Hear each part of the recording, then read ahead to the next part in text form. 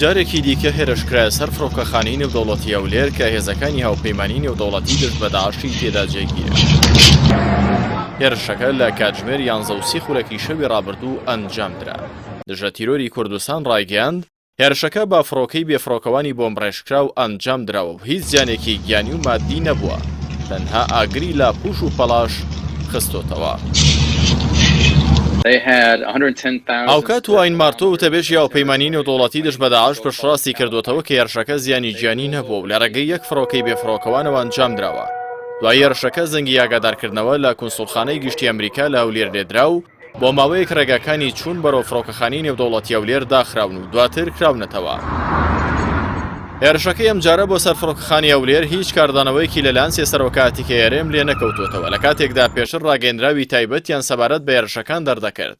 تەنانەت لە کۆبوونەوەی ئەمڕۆی ئەنجومەنی وەزیرانی هەرێم با هیچ جۆرێک باسی هێرشەکە نەکراوە و هیچ کاردانەوەیەک نیشان نەدراوە.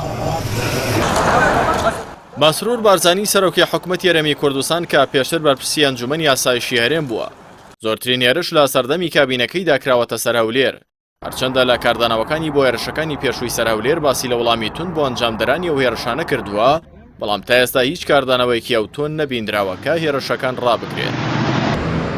بێدەنگی سەرۆکاتیەکانی هەرێم لە ئاستێرەشەکەدا ئەوەی لێدەخوێندرێتەوە کە ئاڕەشە و هۆژداریەکانی پێشوویان بەرامبەر بە ئەنجامدەرانی ئەو هێرشانە هیچی لێ سەوز نەبوو و دەرکردنی ڕاگەیەندرا و هیچ سوودێکی نییە، بەڵکو گرتەبەری هەنگاوی کردداری پێویستەکە تا ئێستا کاری جددی بۆ نەکراوە. ئەمە جگەلەوەی کابرپرسانی هەرێم بەردەوام جەخت لەبوونی بۆشایی ئەمنی لە ناوچە دابڕێنراوەکانی هاوسنووری هەرێم دەکەن و بەردەوام باز لە گفتوگۆ لەگەڵ بەغدا بۆ پڕکردنەوەی ئەو بۆشاییە ئەمنیە دەکەن، بەڵام ئەویش ئەنجامێکی ڕاستەقینەی نەبووە کە لەسەر ئاستی واقیع کاریگەری لەسەر نێشتنی هێرشەکان هەبێت. ئەوکات لە عێراق ڕۆژانە هێرش دەکرێتە سەر بنکە سەربازەکانی هاوپەیمانان کە لە نوێترینیاندا جارێکی دیکە هێرشی موشکی کرایە سەر بنکەی عین ئەسەد کە هێزەکانی ئەمریکا تێیدا جێگیرە. لەگەڵ بەردەوامی هێرشەکان و مەترسی ئەمنیەکان بۆ سەرهاوڵاتیانی مەدەنیش بەرپرسانی هەرێمی کوردستان و عێراق هیچ دەسەڵات و ڕێگەچارەیەکیان بۆ ڕاگررتنی نییە.